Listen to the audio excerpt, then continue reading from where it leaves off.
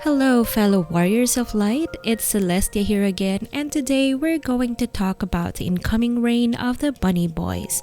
The thirst is real as we anticipate the next expansion for the new playable race, the Male Viera.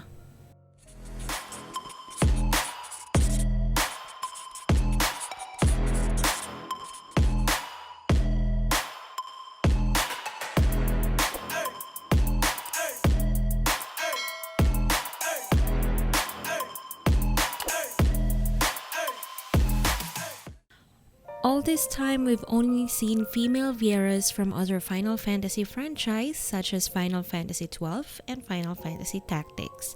Never have we been introduced to male Vieras, but not seeing one does not mean they're non-existent.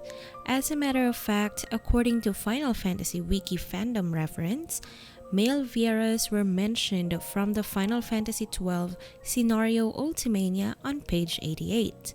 The lore indicated here matches what the Final Fantasy XIV's NPC, the Wandering Dramaturgist, statement. This NPC can be found in the Prima Vista located in Kugane. Just to give a brief overview, there are two kinds of Vieras, the Rava and the Vina. Rava Vieras live in Golmar Jungle, which I believe will be introduced in the next expansion, while the Vina lives in the Skate range, again which I think will be shown in Endwalker as well. Let me read what the NPC said about the Vieras and their culture. You see, the Viera follow a strict code called the Green Word that binds them to their land and prohibits all contact with the outside world unless absolutely necessary. Okay, so in here he mentioned that Vieras has a code which restricts them from mingling in the outside world. Let me emphasize this part though, unless absolutely necessary. So it means they can still go out into the world if and only if needed. In Endwalker, the world is facing its ruin, and I think this is enough reason to lure out the bunnies from their hiding, is it not? Continuing the lore, similar to that of the Mikote Keepers of the Moon, the Viera societal hierarchy is strictly matriarchal. You will find no males in the villages of both the Vina and the Rava, let alone in positions of rule. Yet, that does not mean they do not play an important role in Viera society. The males take up the mantle of wood warder, protectors of the forest, and serve their tribes by seeing no evil encroach on their tribe's sacred domain.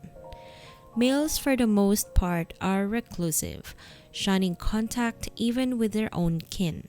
Save for the rare occasions they return to their village of birth to sow their seed and to claim any boys who have reached adulthood. Based on the lore mentioned, male bunnies are elusive and not allowed to live with their female counterparts.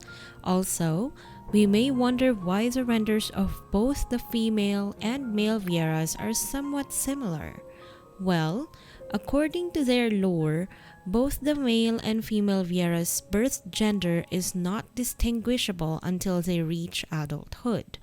Once they're adults, that's the only time they will know if the said Viera is either male or female. The population is mostly comprised of females as well. It is said that the ratio is 8 out of 10 Vieras born are females. Below is the exact statement from the NPC. It is estimated that upwards of 8 in 10 Viera are born female, though it is not until at least the 13th name day, when the individual moves from adolescence into adulthood, that the individual's gender becomes apparent. Once every 3 to 5 summers, male Viera will descend from the tree to a nearby village to mate. It is at this time, if there are any recently discovered jacks still living amongst the females, that the older male will make them his wards and teach them how to survive without the crutch of companionship. So that means once every 3 to 5 years, a male bunbun will go to a female village to mate. It is also this time where he will take in an identified younger male Viera to teach their ways. It is also mentioned that they undergo a strict training to become protectors of the wood. This rite of passage is known to be brutal and will undoubtedly claim the lives of any male Vieras not deemed fit for survival. Think of it as their own version of Darwin's natural selection. Sounds pretty harsh, right? The male Vieras are also said to live a life of solitude. Let's see what the wandering dramaturge has to say about this. Without a supportive community, the males must constantly struggle to survive. Food, clothing, weapons, medicines, all must be procured or crafted by the individual and without the aid of another. The male lives alone and dies alone. This has gone unchanged for countless generations. The way the life of the male Viera was described, it seems pretty sad to me. This is their culture, their tradition, that has been followed since countless generations. My thoughts were the exact same thoughts asked by the wandering dramaturge to a female Viera. He stated that he once asked a female Viera if she does not find her culture awkward, as it is only natural for both male and female species to coexist. He was only met with this answer: "The value of coexistence will not be found neath a loincloth. Long has our kind endured understanding that the distance twixt two bodies does not dictate the distance twixt two souls." So, there you have it. I personally think that adding them in Endwalker would make sense. The world is facing a threat unlike no other, and this threat is enough to probably break some strict traditions. The male Vieras from the lore may now come out of their hiding and finally reveal themselves to the world. Or not.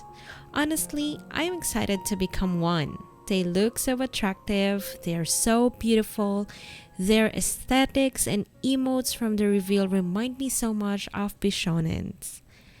I haven't used Fantasia for a long time now, and I'm so excited to join the Bunny Boy supremacy on the next expansion. What about you? What are your thoughts about the male Viera? Let us know in the comments below. Don't forget to like this video and hit that subscribe button to show your support. See ya!